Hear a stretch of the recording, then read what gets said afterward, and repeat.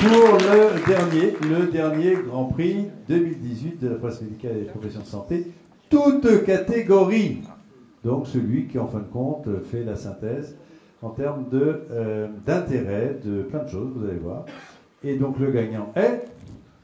Eh oui, nous les retrouvons. Nous les retrouvons. Bertrand Cantat et René Robert. Bertrand Cantat, le philosophe, René Robert, le réanimateur, si j'ai bien compris. Voilà, André. Je vais prolonger les questions que vous avez posées.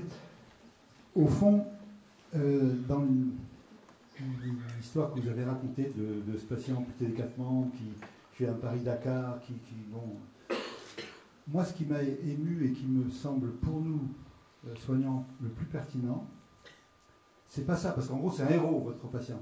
Moi, je ne peux pas m'identifier à lui. Moi, j'ai mes 4 membres, je ne peux pas faire ce qu'il fait. Quand j'ai fait 50 mètres à la nage, je suis content. Donc, c'est difficile de s'identifier à une personne aussi exceptionnelle. Par contre, la phrase de son épouse, pour toi c'est dramatique, mais tu es un père, tu as 2 enfants. Ça me paraît au fond l'essentiel, c'est-à-dire pourquoi couper une relation, et en plus là, qui est une relation forte, puisque c'est avec des enfants. Et ça paraît l'argument, est-ce que vraiment il n'y a plus de relation pour vous? Parce que cette question, parce que c'est des cas tellement, bon, c'est exceptionnel, heureusement, septicémie, c'est ça, hein, avec coagulation intravasculaire disséminée, et le drame. Mais c'est le cas de refus d'aller en dialyse, c'est le cas de refus, je parlais de l'amputation, c'est le cas de quel est le sens de la vie, à quel moment doit-on... Alors je sais pas, là encore le philosophe, on a besoin plus largement que les grandes réanimations de vos éclairages pour...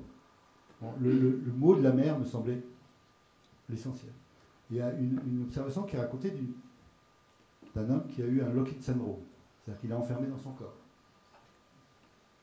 Croyant, et avec une relation avec son épouse, il ne peut bouger que les paupières. Et une relation qui se maintient. On pourrait dire que ça n'a plus aucun sens. Donc il y a une relation, peut-être qu'il y a encore un sens. Oui, et alors ça avait l'air de vous étonner que les philosophes puissent s'approcher du monde médical, mais à la commission éthique de la SRLF, on fait ça tous les mois. C'est notre... dans les membres, parmi les membres, il y a les membres médecins réanimateurs et puis des membres extérieurs qui sont philosophes ou bien psychologues ou bien anthropologues. Et ça fait donc partie de nos réflexions, de croiser nos regards. Et par ailleurs, moi je suis maître de conférence en philosophie à l'université Paris-Marne-la-Vallée et je m'occupe d'un master de philosophie, parcours éthique médicale et hospitalière appliquée. Et appliquée, ça veut dire que nos étudiants sont des professionnels du médical, de toutes les professions, de tous les domaines, hein, que ce soit médecin, infirmière, assistante sociale, et puis en gériatrie, en pédiatrie, dans tous ces domaines. Et c'est passionnant pour nous parce qu'on leur apporte de la philosophie, donc ils adorent venir étudier les grands auteurs, Aristote, Platon, Kant, et puis des plus récents, Ancionas par exemple.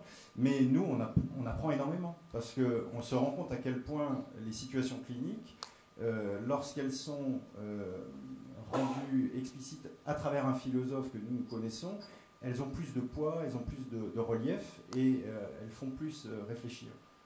Donc c'est l'important de la philosophie, on en a toujours besoin, c'est ça. Moi, pour compléter ce qui est dit, je dirais qu'il y a... Mais j'ai 2 réflexions. La première, c'est effectivement quand on se réunit avec des philosophes ou des sociologues ou des psychologues, ça bouscule nos consciences, et pour moi la meilleure définition de l'éthique, c'est de bousculer nos consciences, et ça nous aide à notre réflexion. Après, la deuxième partie, c'est l'éthique sur le terrain, parce que quand on écoute le philosophe, on a du mal à prendre une décision, parce que pour lui, il pose des questions, mais il ne donne jamais de réponse. Or, nous, sur le terrain, on a besoin de prendre des décisions. Et il y a une autre dimension de la réflexion éthique, ce que j'appelle des fois une réflexion éthique formalisée, une réflexion éthique qui nous permet de ne pas être bloqué. Ça n'empêche pas notre dilemme éthique, c'est-à-dire notre hésitation entre des situations qui sont opposées, mais au bout du compte, il faut qu'on se détermine. Alors pour se déterminer, il y a un certain nombre de garde-fous. Les garde-fous, c'est la collégialité, qui est un point important, qui nous permet de relever la réflexion des uns et des autres au sein d'une équipe. Et puis l'autre élément qui me paraît assez important, c'est que des fois on a l'image de la réanimation comme une spécialité très technique, Moi, je me suis toujours opposé à ça, parce que les machines ne sont que des outils, mais on soigne, c'est vraiment, ce sont des malades avec une réflexion, avec des problématiques qui sont liées à ceux du risque de la mort et de la fin de vie, et donc une médecine de relation, une médecine très humaine, soit avec les patients, soit avec leurs proches.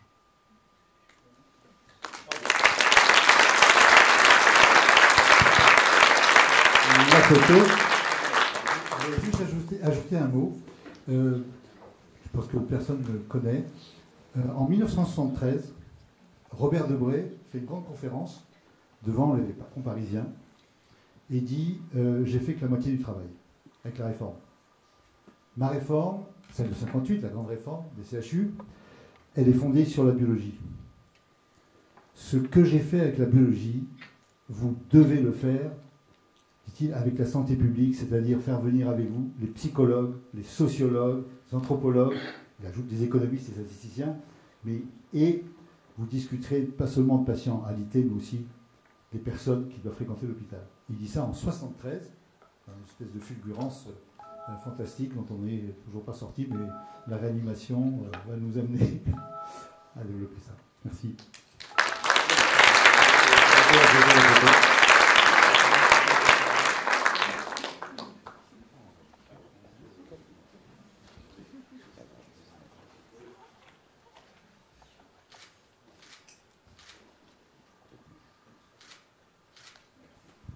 Voilà, on va demander à l'ensemble des lauréats de venir sur la scène. Restez. L'ensemble des lauréats, vous venez avec vos trophées sur la scène pour la photo finale, avant de donner la parole à Daniel Rodriguez. Non, mais ne descendez pas, mais messieurs, restez pour la photo. Venez, la photo globale. André, Daniel, Gilles Kahn, venez sur la photo avec les lauréats. Voilà. Et nous terminerons par le mot de Daniel Rodriguez, bien sûr. Allez, la photo globale.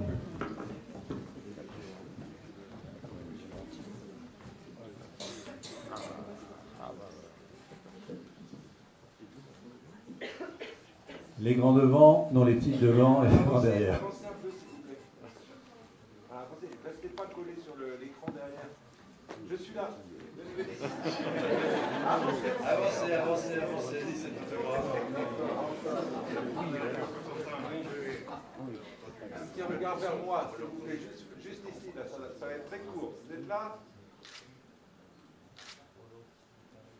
Merci beaucoup. Voilà, restez sur la scène. On va demander à M. Rodriguez, il est où? Il est là. Bon, je vais faire bref, puisque je crois que ça fait maintenant assez longtemps que cette cérémonie a commencé. Donc elle touche à sa fin. J'espère que vous avez apprécié la qualité de cette cérémonie. Moi, j'avoue que personnellement, j'ai été assez passionné par tout ce que j'ai entendu. Alors, je ne suis pas médecin, mais je trouve que vraiment, c'est extrêmement intéressant de donner la parole aux médecins, aux autres professions de santé pour qu'ils viennent expliquer les raisons qui ont motivé leur article. Et c'est toujours extrêmement enrichissant. Alors, vous le savez, cette cérémonie est suivie d'un cocktail. C'est la tradition. Donc, simplement, avant de vous inviter à nous retrouver tous au cocktail qui se trouve juste à quelques mètres d'ici, je voulais remercier l'ensemble des acteurs qui ont permis l'organisation de cette cérémonie, de ce Grand Prix.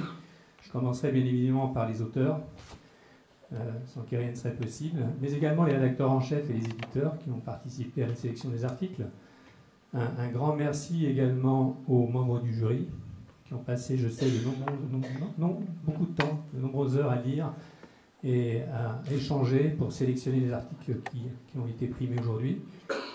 Merci également au docteur Ducardonnet, je le cherche du regard, pour sa fidélité et son savoir-faire pour animer cette cérémonie. Et enfin, je veux également remercier les représentants de la FNPS qui, dans l'ombre, organisent chaque année cette organisation. Voilà, merci à tous et je vous invite maintenant à retrouver ce cocktail. Merci.